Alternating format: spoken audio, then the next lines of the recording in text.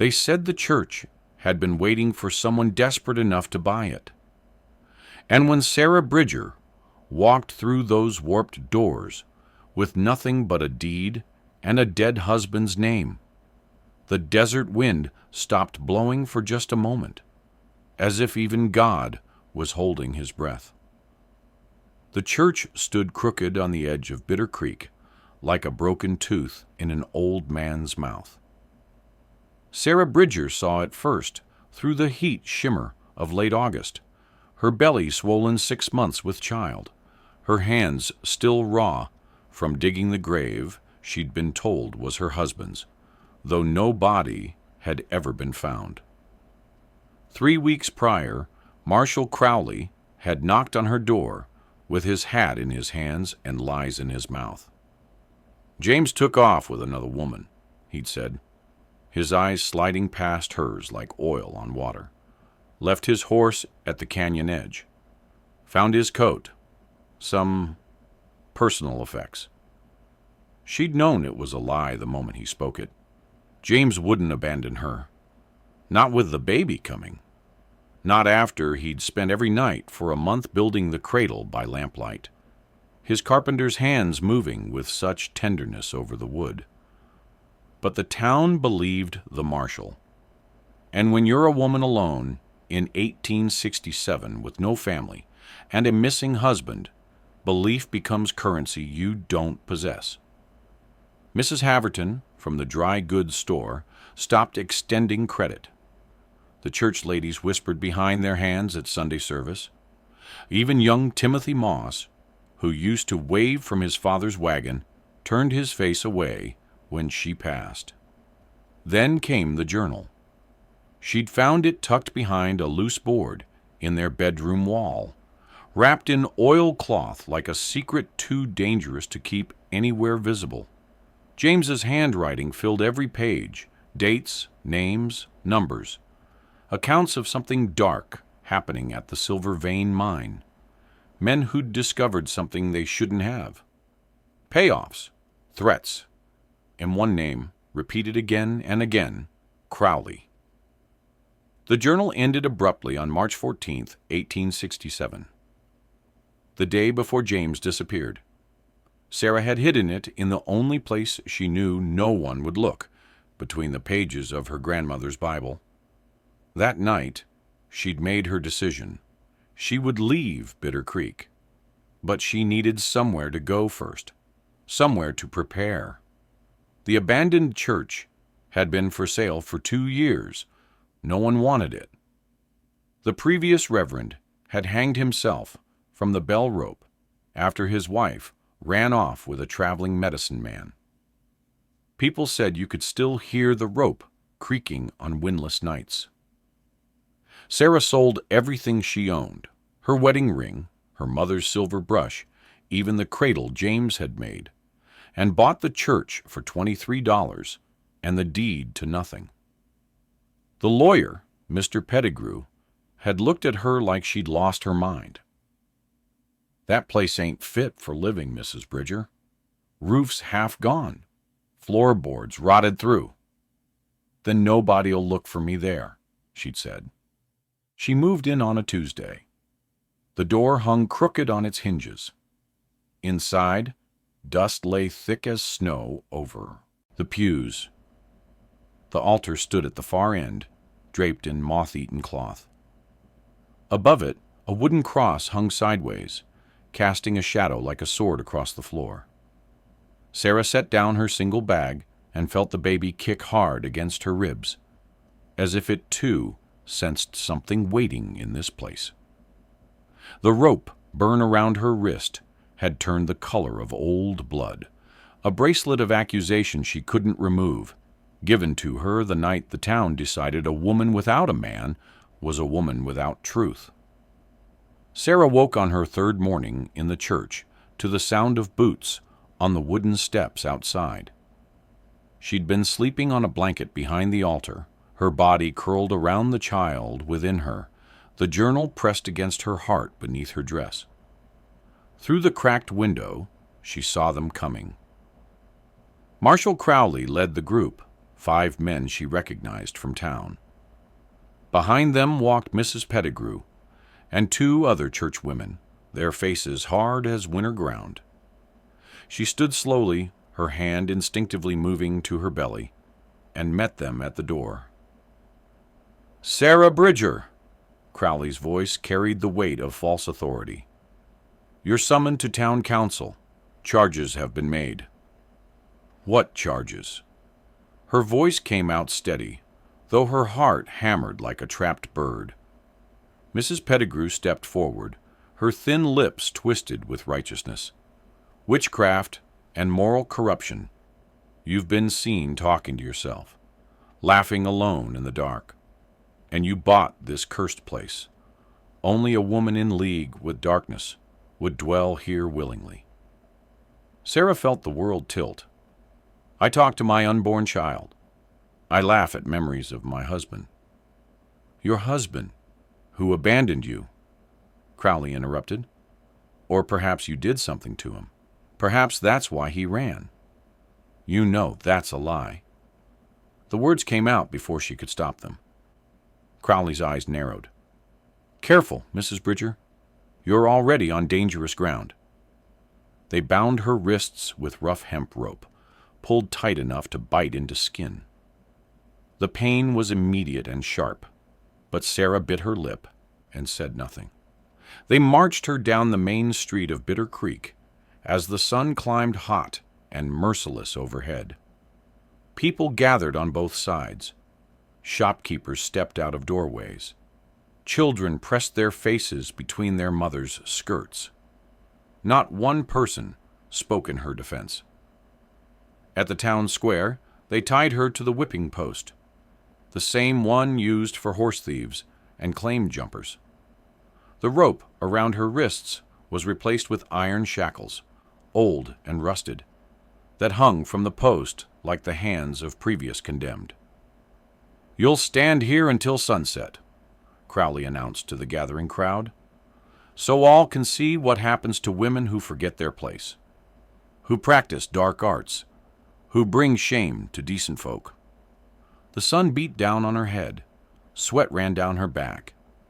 The baby moved restlessly inside her, and she whispered to it softly, promises she wasn't sure she could keep. Hours passed. People came and went. Some spat at her feet. Others just stared with empty eyes, already convinced of her guilt. As afternoon shadows grew long, Sarah's legs began to shake. Her lips cracked and bled. The shackles had rubbed her wrists raw, and blood trickled down her forearms, dripping onto the dusty ground. It was then she saw him. A man stood at the edge of the crowd, apart from the others. Tall and lean, wearing a Confederate coat, faded gray by years and weather. His face was weathered, scarred along the left cheek, and his eyes held the kind of emptiness that comes from seeing too much death. He watched her for a long moment. Then he walked away. He returned at dusk with a canteen and a knife. And when Marshal Crowley stepped forward to stop him, the stranger's hand moved to his gun with the kind of certainty that comes from killing men before and knowing you can do it again. "That's close enough, Marshal." His voice was quiet, rough as gravel under wagon wheels. Crowley's hand hovered near his own weapon, but something in the stranger's eyes made him pause. "This is town business, soldier. Move along. War's over. Ain't a soldier no more." The man walked past Crowley like he was nothing more than wind, stopping in front of Sarah. Up close, she could see the scar ran from his eye to his jaw. A saber wound, maybe, or something worse. "Name's Tobias Crane. Used to work for your husband at the lumber mill, before I went south to fight for a cause that turned to ash." He uncapped the canteen and held it to her lips. The water was warm, but tasted like salvation. Sarah drank deeply, some spilling down her chin, mixing with the dust on her throat. "She's condemned!" Mrs. Pettigrew shrieked from the crowd. "You'll be cursed for helping her!" Tobias didn't even look at the woman. He pulled his knife, a long hunting blade that caught the last of the sunlight, and cut through the ropes binding Sarah's wrists to the post. The shackles fell away with a heavy clang. "James Bridger was a good man," Tobias said loud enough for everyone to hear. "Best man I knew. He talked about his wife every damn day. Showed me the cradle he was building. A man like that don't run off." He turned to face Crowley, his hand still resting on his gun. "And a woman like this don't practice witchcraft. She practices survival." "You got no authority here, Crane," Crowley said, but his voice had lost its edge. "Maybe not, but I got this." Tobias tapped his pistol. "And I got a memory of James Bridger telling me if anything ever happened to him, I should look after Sarah. Called it a blood promise. I don't break those, even for dead friends." Sarah's legs buckled. Tobias caught her before she hit the ground, his arms strong around her waist. He smelled of leather and wood smoke and something else. Loneliness, maybe, or the kind of honor that gets a man killed. "Can you walk?" he asked quietly.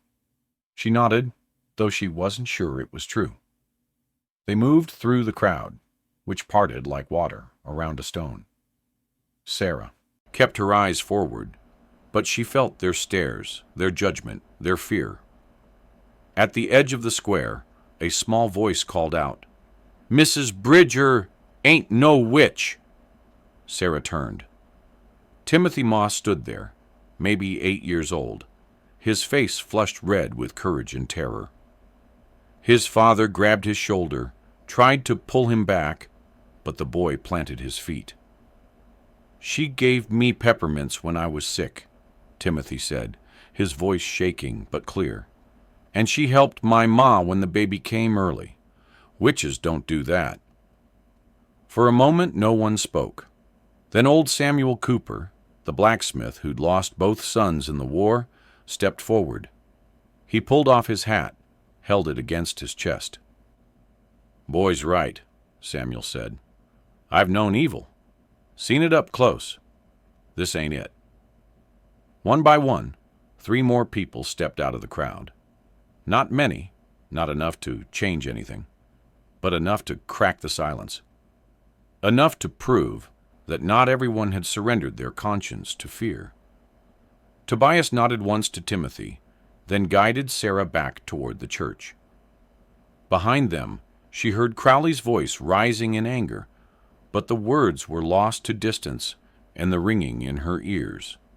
That night, Tobias built a fire in the church's iron stove while Sarah slept fitfully on her blanket, and when she woke screaming from a dream of James calling her name from underground, the cowboy was already moving toward the altar with a crowbar in his hands. "You heard it, too," Sarah whispered, sitting up. Her wrist throbbed where the shackles had bitten deep. The rope burns like brands she'd carry forever. Tobias stood motionless, staring at the altar. Heard something. Might be wind through the floorboards. Might be... He didn't finish. My husband's voice. Sarah stood, her legs unsteady, one hand braced against the wall. "I've heard it 3 nights now. Always from beneath the altar. Always saying my name." Tobias moved closer to the altar, his boots echoing on the hollow floor. He knelt, running his hands along the base where wood met stone. "There's a seam here, hidden under years of dust and candle wax." He looked back at her. "You sure you want to know what's down there?" Sarah thought of James's journal, of the names written in his careful hand, of the way Marshall Crowley's eyes had held nothing but calculation when he'd told her James had run away. "I need to know." Tobias wedged the crowbar into the seam and pulled. Wood splintered. Nails screamed as they tore free from old timber. The altar's base came away in pieces, revealing a dark space beneath, a hollow carved into the stone foundation itself. The smell hit them first, earth and decay, and something else. Old blood, maybe? Or fear soaked so deep into stone, it became part of the rock itself. Tobias lit a lantern, held it over the opening. The light fell on stairs, crude, narrow, descending into darkness. "Stay here," he said. "It's my husband down there." Sarah's voice was iron. "I'm going." They descended together, Tobias first, with the lantern, Sarah behind, with one hand on his shoulder for balance, the other on her belly. The stairs were steep, carved roughly from bedrock. Water had seeped through somewhere, making the stone slick. Sarah counted 13 steps before they reached the bottom. The chamber was small, maybe 8 feet square. The walls were bare stone, but the floor... Sarah's breath caught in her throat. The floor was covered in names, dozens of them, carved into the rock with knife or chisel.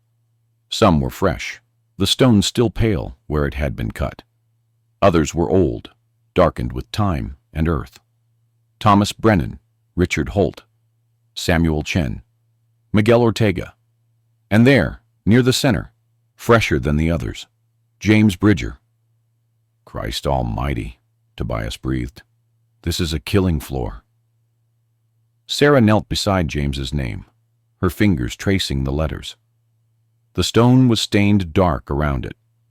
She pressed her palm flat against it and felt something shift beneath. A hollow sound, like knocking on a door. "Here," she said.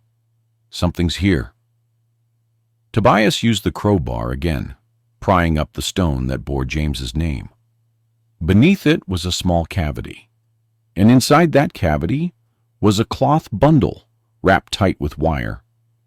Sarah's hands shook as she unwrapped it. Inside were papers, claims and deeds and contracts, all signed by men whose names were carved into the floor. Mining rights transferred to Marshall Crowley. Land sold for pennies. And at the bottom, a map showing the Silver Vein Mine's true extent. A fortune in silver running under half the county, including the land where this church stood. "They killed them all," Sarah said, her voice hollow. "Everyone who discovered the real vein. Everyone who could prove Crowley and his partners stole their claims. And they buried the evidence here," Tobias finished, "under God's altar, where no one would think to look." Sarah clutched the papers to her chest, feeling the baby kick hard against her ribs. James found out. He was going to expose them, so they... She couldn't finish, couldn't say the words. Tobias's jaw tightened. "We need to leave, tonight. Crowley knows about this place. He'll come." "No." Sarah stood, the papers in one hand, her grandmother's Bible in the other. "I'm done running." Dawn came cold and silver over Bitter Creek, and Sarah Bridger stood in the center of town square with her husband's name carved into stone, cradled in her arms like a child, while behind her the abandoned church burned with a fire she'd lit herself.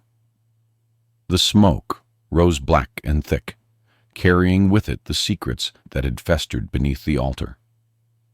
Sarah had spent the hours before dawn hauling up every carved stone from that underground tomb, every piece of evidence, every name of the murdered men.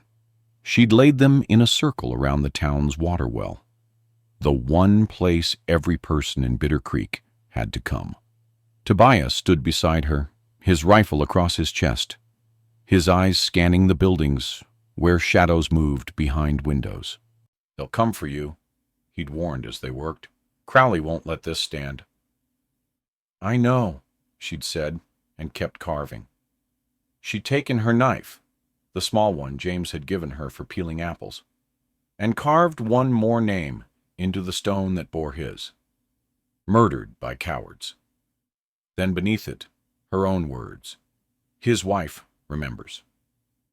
Now the town woke to smoke, and truth laid bare in their square. Marshal Crowley came first, his gun already drawn, 3 deputies behind him. But he stopped when he saw the stones. Stopped when he saw his own name carved into the rock beside the deeds and claims Sarah had pinned to the well post with railroad spikes. "You've signed your death warrant, woman," Crowley said, but his voice shook. "Maybe," Sarah said, "but I've signed yours too." People gathered, shopkeepers and farmers, the church women, children held back by their mothers. They came to see the smoke, but they stayed to read the stones. Mrs. Haverton knelt beside one stone, her fingers tracing a name. "Richard Holt. That was my brother. They said he died in a mining accident." She looked up at Crowley, and her face had gone pale as milk. "You said it was an accident." "She's lying," Crowley said. "She's a witch spreading. My son's name is here."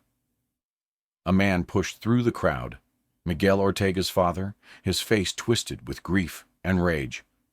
"You told me he went to California." More voices rose, more names recognized. The crowd shifted, no longer an audience but something else, something dangerous. Tobias's hand stayed on his rifle.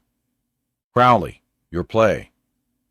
The marshal's gun wavered between Sarah and Tobias. His deputies had gone still, their eyes on the stones, on the documents, on the gathering storm of townspeople whose loved ones had been buried in lies. Then came the voice that changed everything. "Put the gun down, Marshal."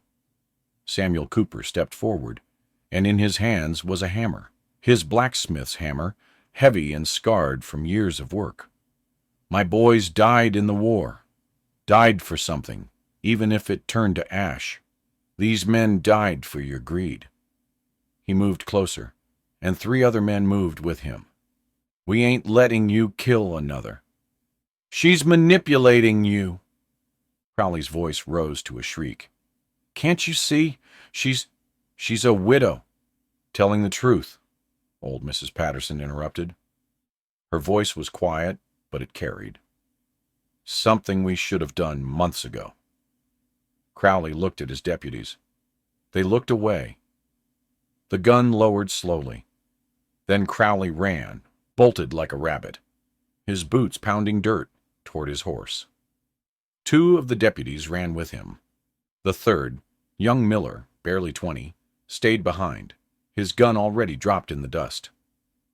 "I didn't know," Miller said, his voice breaking. "God help me. I didn't know." Sarah watched them disappear into the desert haze. She felt no triumph, only exhaustion that went bone deep, and the baby kicking inside her like a promise that life continued, even after everything burned. Tobias touched her shoulder, gently. "You should sit." "Not yet." Sarah walked to the well, pulled up the bucket, and drank deeply. The water was cold and clean. She poured some over her rope-burned wrists, washing away the blood and dust. Then she picked up James's stone, the one with both their stories carved into it, and carried it to the edge of the square. There, in a patch of earth, where nothing had grown for years, she dug with her bare hands until the hole was deep enough. She planted the stone upright like a grave marker, like a monument, like a promise kept. "What are you doing?" Timothy Moss had come close, his young face serious. "Planting truth," Sarah said, "so it grows here, so no one forgets." The boy nodded like he understood. Then he ran to his father's wagon and came back with a handful of wildflower seeds. "Ma saves these. Says flowers remember better than people." Sarah smiled, the first real smile in months, and together they scattered the seeds around the stone. 3 weeks later, when Sarah's baby came, a daughter with her father's dark eyes and her mother's stubborn chin, the flowers around James's stone had begun to bloom, purple and gold against the dust. Tobias stayed, built a small house beside the church ruins where the evidence had burned. Some nights, Sarah heard him talking to James's stone, reporting on the day, on the child, on the widow he'd promised to protect. The rope burns on Sarah's wrists healed into white scars that looked like bracelets. She never tried to hide them. They were her proof, her testament. When her daughter was old enough to ask, Sarah would take her to the stone and tell her about the man whose name was carved there, about truth that burns but doesn't die, about the cost of speaking when silence is safer. And she would ask her daughter the same question she asked herself every morning. When you stand at the well where everyone drinks, what truth will you carve into stone? They say on quiet nights, if you stand in Bitter Creek's town square, you can still smell wood smoke from that burning church. And the flowers around James Bridger's stone bloom, even in drought years, as if watered by something more than rain, perhaps by the tears of a widow who refused to let the desert swallow her voice, or by the memory of all the names carved into rock, speaking still to anyone brave enough to listen.